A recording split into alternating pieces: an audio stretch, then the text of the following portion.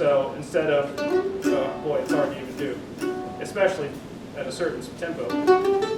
Yeah, I can't do it. But be aware that we're trying to go up and down, not, what do you call that? Counterclockwise and clockwise? Not rotate. Rocky. Yeah, rocky, yeah. Don't rock out. Okay, all right, so we've kind of experimented with our different areas of tremolo. And one good thing about those different areas is when you're putting it into a song, there's a little practical advice. So like a real common mandolin kickoff will be something in the vein of, if I pulled up the Scabs and Rice album right now, I think 9 out of the 12 tracks start with Ricky going, or that same wind up. So what's really good about that is to hit those single notes kind of with a little more tension to them toward the back of the bridge, and then when you go to hit that tremolo, you move up a little bit and you get a real soft sound on the tremolo. It's kind of like bitter or sweet and sour kind of thing. And what I'm doing there, which is what we're going to move into next with the tremolo, is how to build a tremolo. Tremolo is not this. It should be, it should be a wave, an ocean wave. So what I'm doing here is real soft. I just played that, and then when I go into my tremolo, I'm going to go, woo.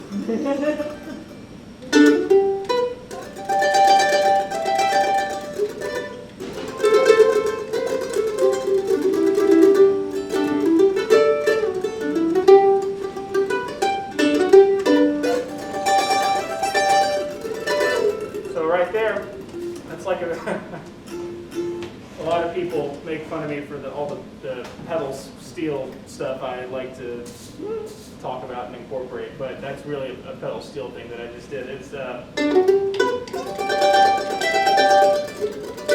I sneak into that second as if I'm putting the volume pedal on an electric guitar or pedal steel. You start it without any sound. So it sounds like you didn't move to it, it just kind of grew. Yeah.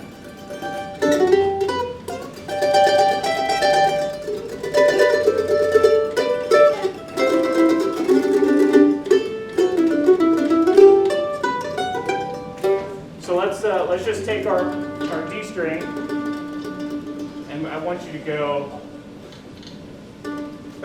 make a wave.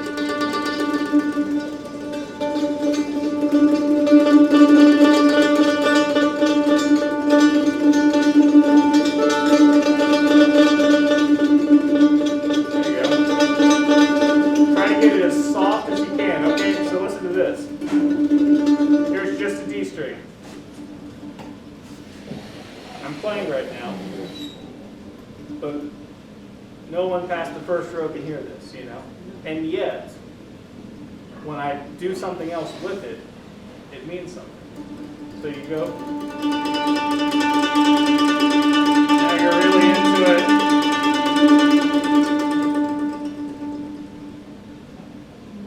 I mean, that's the kind of dynamic you should always be aiming for. It's not always 0 to 10, but a lot of people play it like 8 all the time. Especially in bluegrass, it's such just a constant sound, a constant level.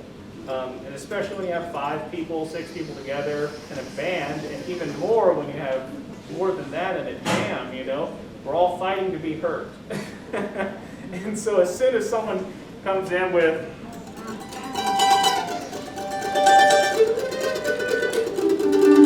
it's like that catches my ear because they've brought the band down.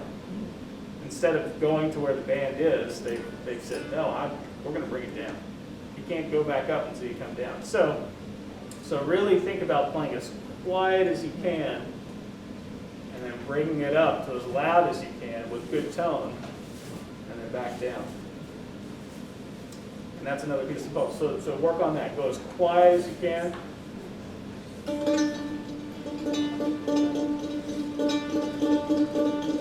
Even quieter, even quieter. There you go. And then build it up. Now remember, you're not attacking every note. Think of it as fluid.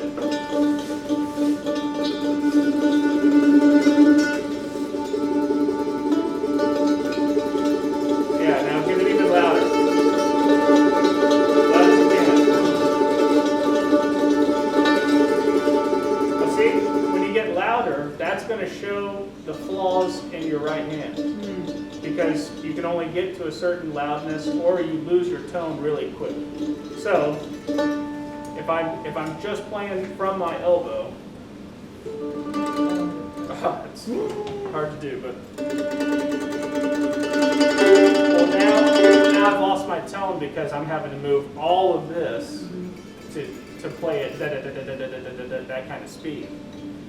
So, and then you usually end up hitting other strings. You usually get stuck, you get caught on the string, you know. And so, it really, playing loud, really just magnifies, okay, when I play loud, maybe film yourself or even just tape yourself, but filming yourself will really show you, you know, the worst parts of your playing.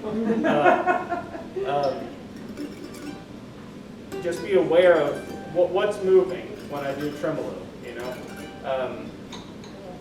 because the goal is for it to be as much in the hand as it can be so that you can control it with the hands.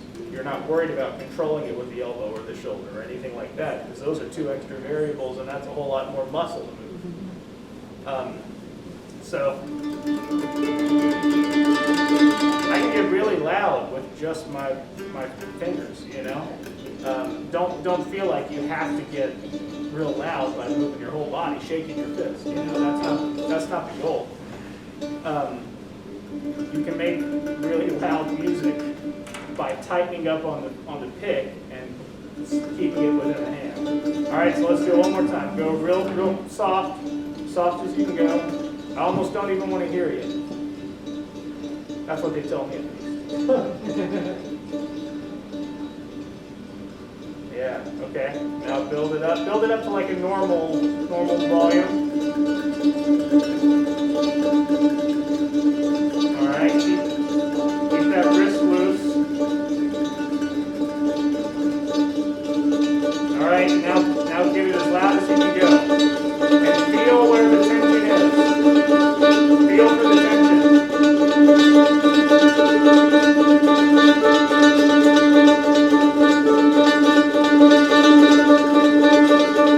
All right, take it even louder. Yeah, okay. All right. So what I can hear is, like, for instance, the speed of your tremolo is usually not on the slower side, but it never gets any faster. And so I can tell that there's tension there because you've reached a cap. You know, you've reached your speed limit, which is fine. I'm not saying that's a bad thing. I'm just saying. A little early in the morning. Takes me about 2 hours. That's why we started with this class. Warm up. Smart. That's great. More caffeine. Yeah. So, but yeah, you'll reach a speed limit, and I mean everybody has a speed limit. It's just where do you want yours to be? You know, you always want to save a little bit in the tank? You know, volume-wise, speed-wise, whatever. You never want to go to 11. Depends on your pick. What's that? Depends on your pick. Depends on the pick. What kind of pick do you have? This is a wood chip. Okay. What kind of pick? Let's go down the road. With different points. You can either use the point or the radius there.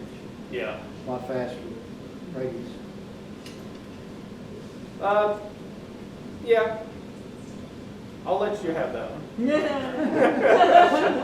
lot of people use a lot of different kind of picks. For me. No. It depends on what you what you're used to. Yeah, I think that's definitely true. Absolutely.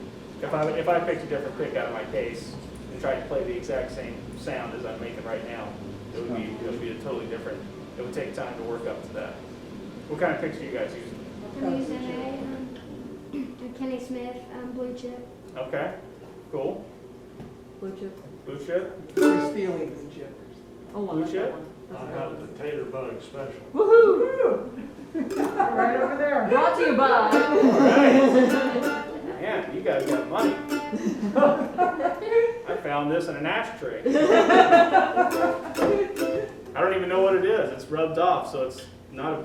It's brown, but it's not a blue chip. But I'm happy for you all. I guess that's what I'm trying to say. Okay, so before we start to put notes to this stuff, where are we? What questions do we have about tremolo, about hand movement? We've talked about where on the mandolin you can go. We've talked about how deep within the strings.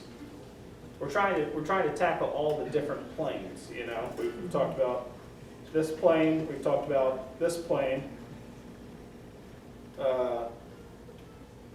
We didn't really talk about back and forth, trying to keep it as small. You don't need, you know, Sam Bush is the only guy that can go this much and only hit one string. You know, so I'll leave that to him. But for the most part, you want to keep it within, especially if you're doing one string. When we get to double stops, that's going to grow. But you want to keep it within the other two sets of strings. There's no need to get out like that, because then you've created obstacles for yourself. So, what questions do we have? I noticed that when we were trying to get louder, I had a tendency to go a little faster. Is that an issue? Yeah, that's an issue just in music. Playing faster, you usually play louder. Playing slower, you usually play softer. Playing softer, you usually play slower. That's why waltzes are always slow and breakdowns are always fast. That's something that you have to work on, just like we were doing the loud to soft. Maybe you pick a tempo and set a metronome so that you're playing, you know, quarter or 16th notes to that metronome, and then back down. Try to keep that same tempo. Now, the thing about tremolo, it's your voice. There's no right or wrong tempo for your tremolo. You know, there's things that sound better in certain instances, but your tremolo doesn't need to be a machine gun that is da da da da da da da da da da da da da da. So if you want, you know, especially on a waltz, you know.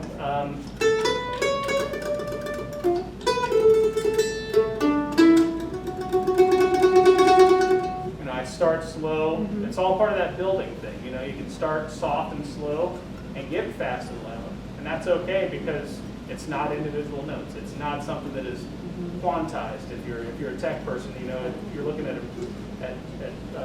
a track on Pro Tools that you've recorded, or you're going to quantize something. What that does, that sets everything into 16th notes, 8th notes, makes it robotic. That's not what we're looking for with this. A fiddle, a violin has got vibrato going, and that's always flexible. That's always moving. That's the emotion of tremolo. I mean, that's really the emotion of what we're trying to get. So I would say it's something to explore, just so you know the feeling of fast and slow and soft and loud. But I wouldn't say that that's like, I'm doing it wrong or I'm doing it right. Okay. That's a great question. Because once you get into like rhythm, just chopping rhythm, yeah, you try to chop quiet, you're usually going to play slower. You try to chop fast, either you're going to play faster because you're tensed up, or you're going to play slower because you're tensed up. You're trying to put yourself through more of the strings. Right. Okay. So, what other questions do we have? Anything? No? Nothing else right now? It's hard to tell when you can't see our mouths. Yeah, no. Eyes. With your eyes. What about the timing? As far as when you're playing a song that's tremolo. And if you're playing, the whole song using tremolo and changing the phrases, Yeah. that seems to where, Yeah, and it kind of goes I back to. never played the same way. Yeah, well, true. It's really, emotion is, I mean, tremolo is your big showcase of emotion on the mandolin, I feel like. And so, never play the same way, you know, unless you find something you're really stuck on. But it goes back to the kickoff thing I was talking about, where you want to have some break in the tremolo. So that speed that I just picked for my tremolo is totally arbitrary. It's not set on anything. It's not set on how I think it should be or how I've heard it first.